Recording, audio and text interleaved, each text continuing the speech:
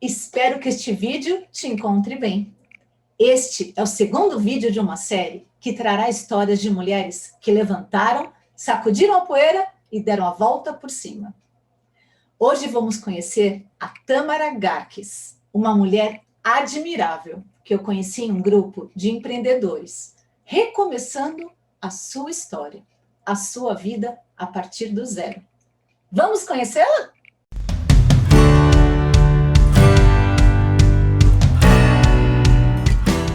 O caminho empreendedor da paulista Tâmara Garques começou como de muitas mulheres no nosso Brasil, sendo artesã.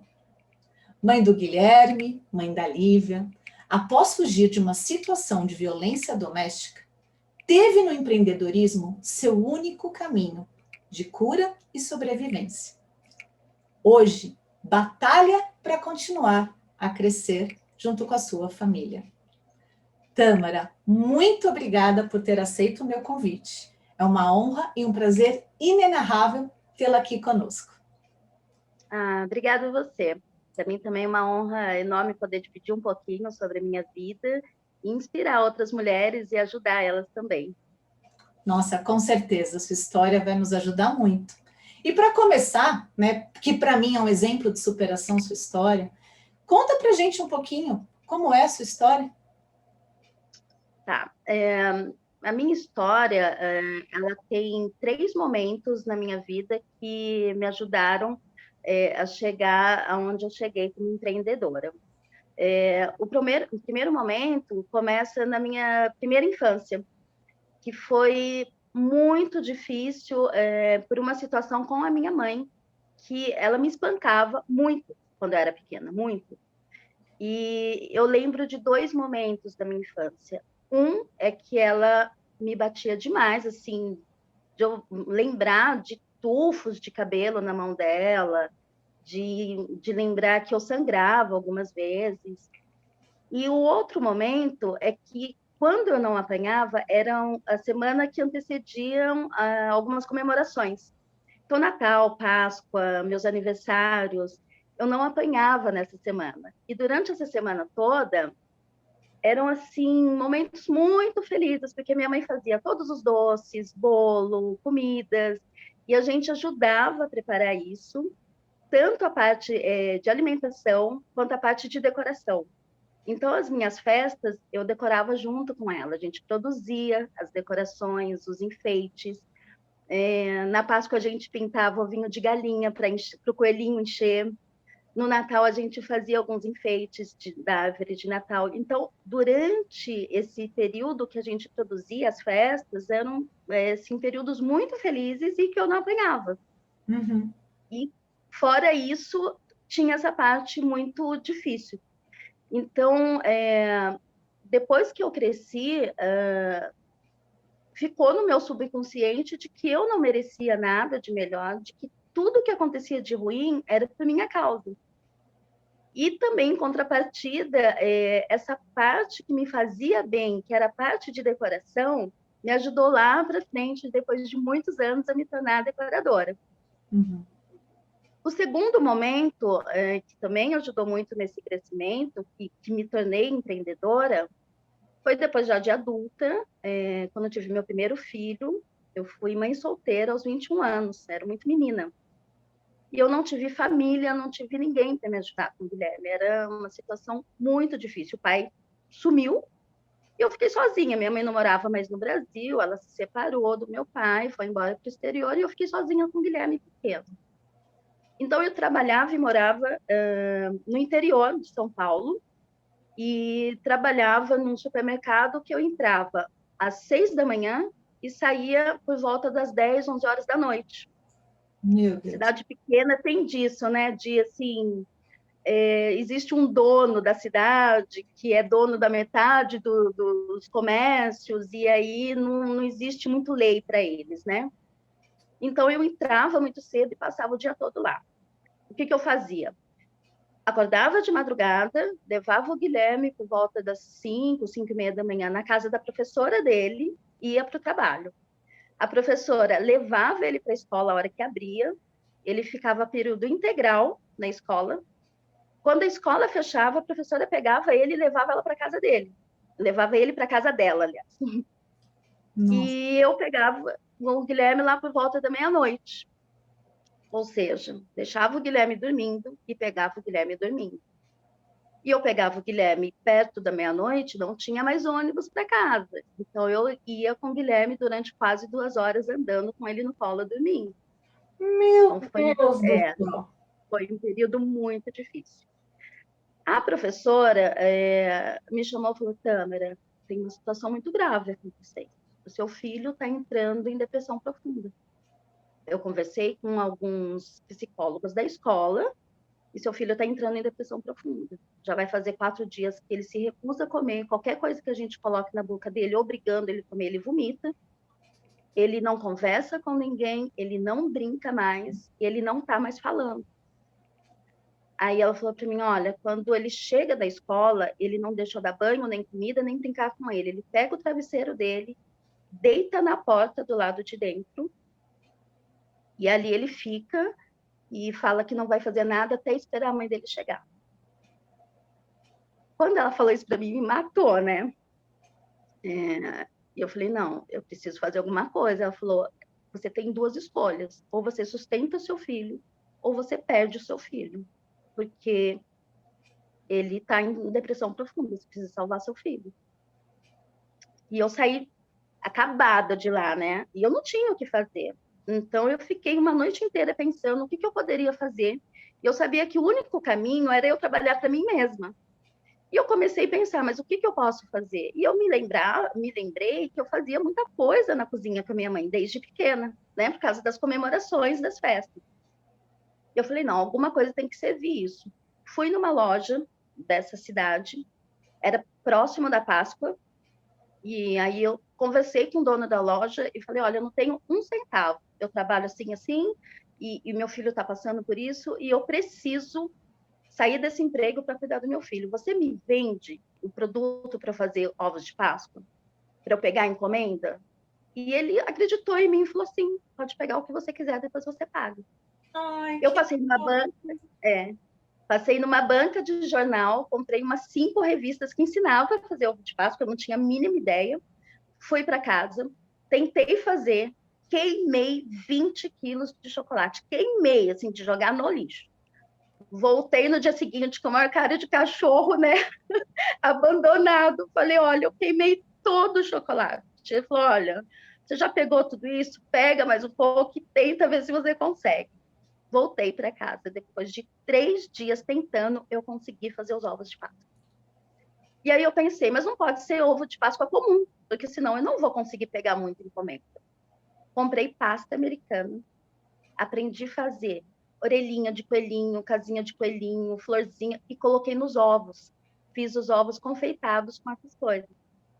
Revesti um carrinho de feira com isopor, coloquei todos os ovos feitos ali dentro e fui de porta em porta pegar encomenda. Olha, em 2 dias eu peguei aproximadamente uns 280 ovos, mais ou menos, de encomenda. E Nossa. todos eu pegava 50%. Assim, as pessoas, porque era interior, né? Cidade do interior, então as pessoas confiam nas pessoas. Então, no portão daquelas casas, elas encomendavam e davam 50%.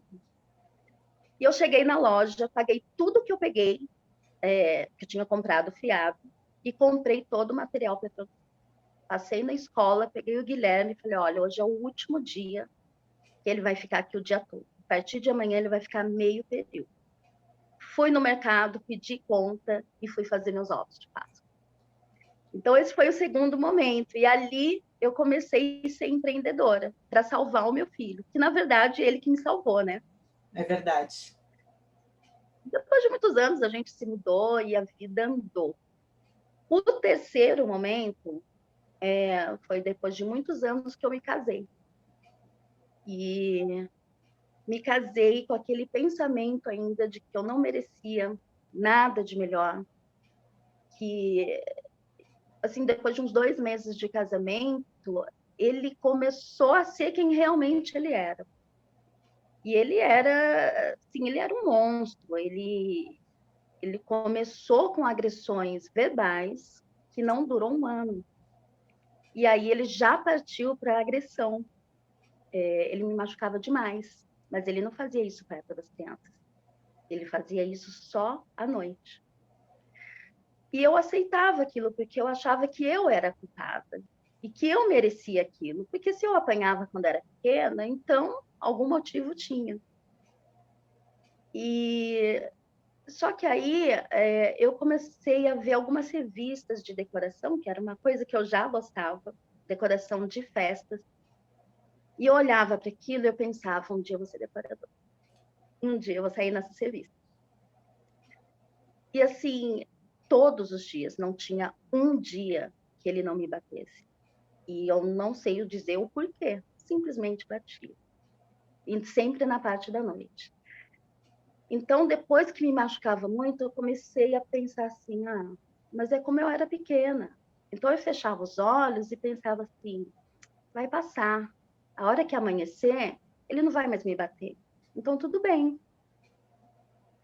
E pensava assim, do mesmo jeito, porque quando minha mãe me batia, eu pensava, ela vai bater, mas daqui a pouco passa, porque meu pai vai chegar do trabalho e ela não bate mais.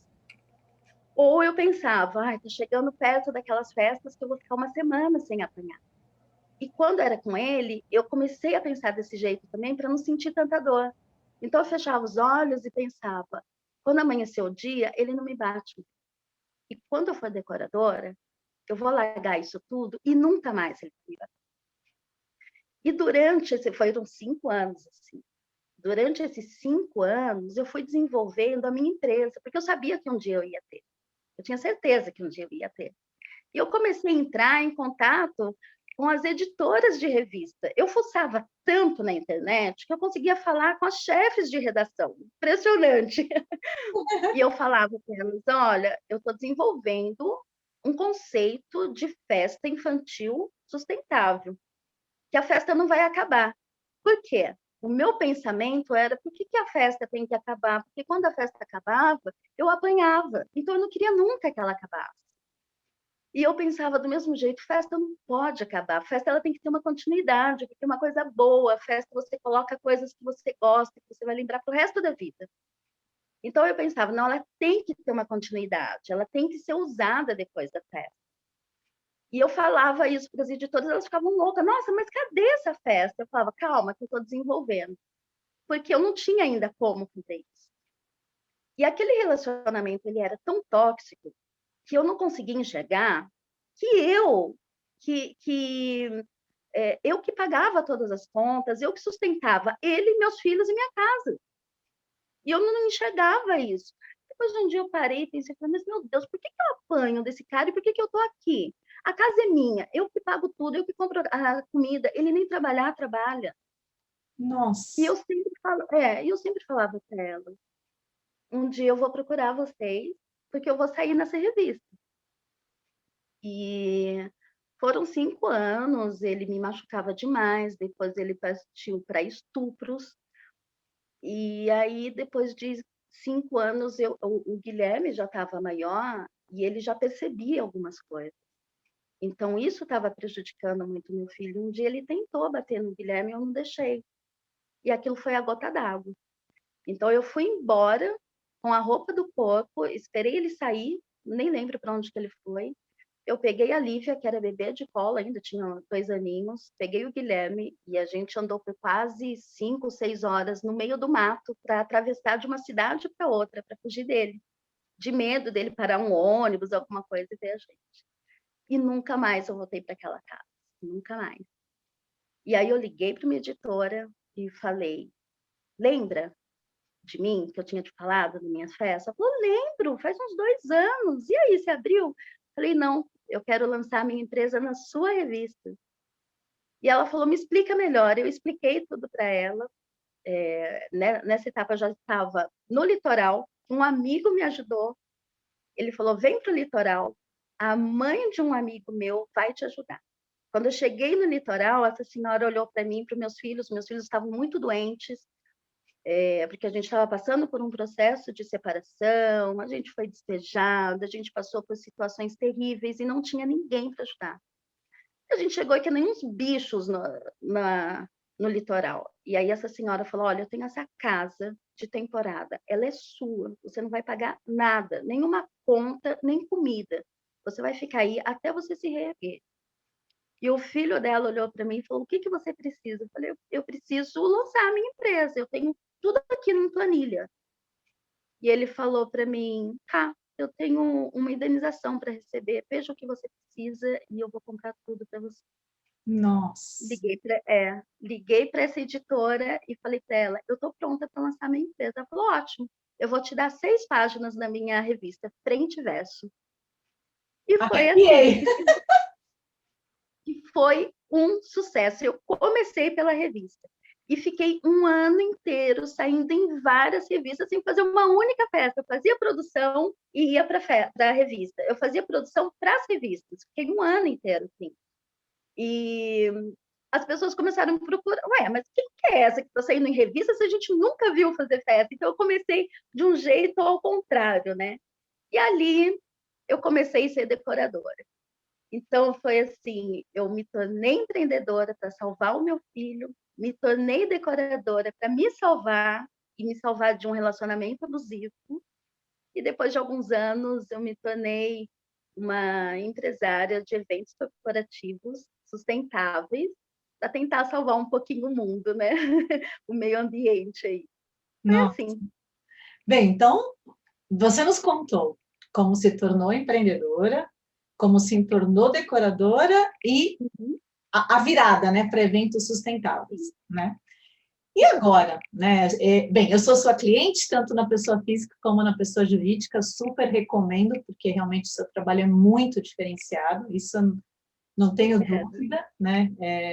Foi um achado.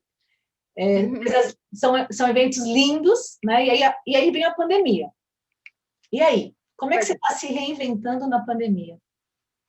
Olha, difícil, né? Foi um caos assim para todo mundo.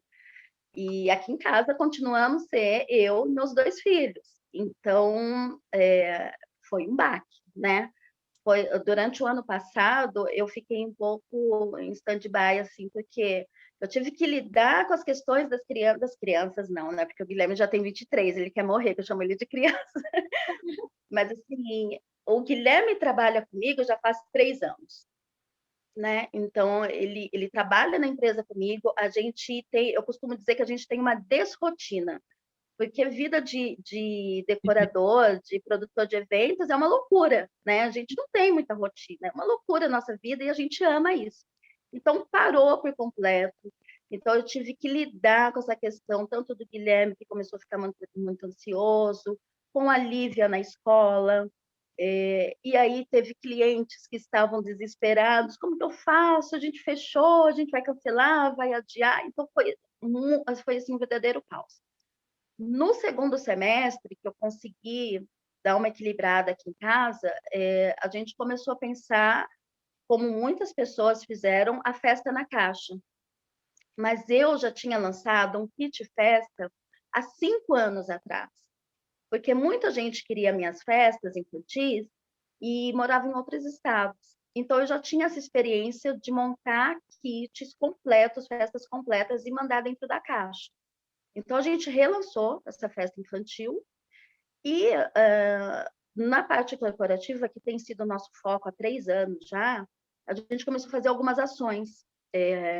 Então, os colaboradores recebem algumas coisas em casa, algumas boxes com alimentação, bebida, com entretenimento.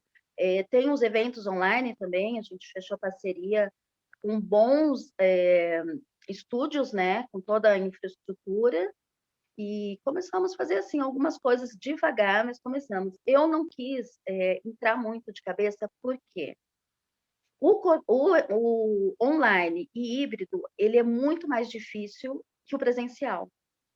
Eu me estruturei por anos para entrar nesse mercado, né? Hum. Então, eu não poderia assim, me aventurar a achar que dava para fazer, porque você queima o cliente, você queima a empresa e ainda estraga o evento, né, da empresa. Então, eu não poderia fazer isso. A gente foi bem devagar e fui pensando durante o ano o que a gente poderia fazer. E a partir desse ano, nós lançamos alguns gift blocks, para enviar também para os colaboradores, para enviar para os clientes, e também nos estruturamos mais com eventos online e híbrido. Então, a gente está seguindo aí nesse ramo aí de mandar para casa dos colaboradores. Legal. Tem que se reinventar mesmo, né? Sim. Tâmara, não, sem dúvida, né? A gente teve que se reinventar agora na pandemia, né? E a gente fez algumas ações, até a gente vai pôr aí as fotos das ações que a gente fez com você, foi muito legal já na pandemia, e ações antes da pandemia e ações depois da pandemia. Bem, super obrigada por compartilhar a sua história, né? Você tem se reinventado diariamente junto com a linda Lívia e o lindo Guilherme, ela tem filhos lindos, porque a gente conhece, eles participam com a gente. E me diz uma coisa, que mensagem final você pode deixar para quem está nos assistindo, né? Especialmente as mulheres, essas mulheres que podem se inspirar nessa sua história de superação, de reinvenção e de conquista e de vitória, né? Que mensagem você pode deixar? Olha, eu diria que cada uma de nós, todas nós, a gente tem um dom dentro da gente. Eu vejo muitas mulheres que ficam presas em relacionamentos abusivos porque elas acham que elas não conseguem fazer nada, porque elas não vão conseguir se sustentar, porque elas não se acham boas o bastante, mas elas são. A gente tem uma forma de achar interiormente o que você gosta de fazer, o que você já fez, o que te estimulou. E aí você começar a procurar, a partir desse ponto, no que você é boa, você vai ver que você é boa em muita coisa, ou muitas coisas, e que você merece, sim, o melhor, sempre buscar o melhor, e que ninguém tem que te colocar para baixo, não, né? Eu acho que a gente tem que olhar para a gente mesmo. Eu fui anulada durante muitos anos. Muitos. Muitos. E quando eu me redescobri e eu vi que não, que eu merecia, eu comecei a fazer isso para as outras pessoas também. Então, eu acho que é isso. A gente tem que se olhar para dentro primeiro. Ai, que linda mensagem, Tâmara. Bem, muito obrigada. Gratidão. Muito obrigada. Gratidão também por quem está nos assistindo, ter ficado com a gente até aqui, por ver esse vídeo, curtir esse vídeo, compartilhar esse vídeo. E mais do que isso, e conte com a Tâmara para surpreender nos seus eventos presenciais, nos seus eventos virtuais. Presencial quando, em breve, todos estivermos vacinados, né? Não vejo a hora de fazer um evento presencial de novo com a Tâmara. Enquanto isso, já encomendo aí a minha festa na caixa para maio, hein? Combinado? Já vamos encomendar. Tá bom. Muito obrigada. Gratidão. Beijo, obrigada a vocês.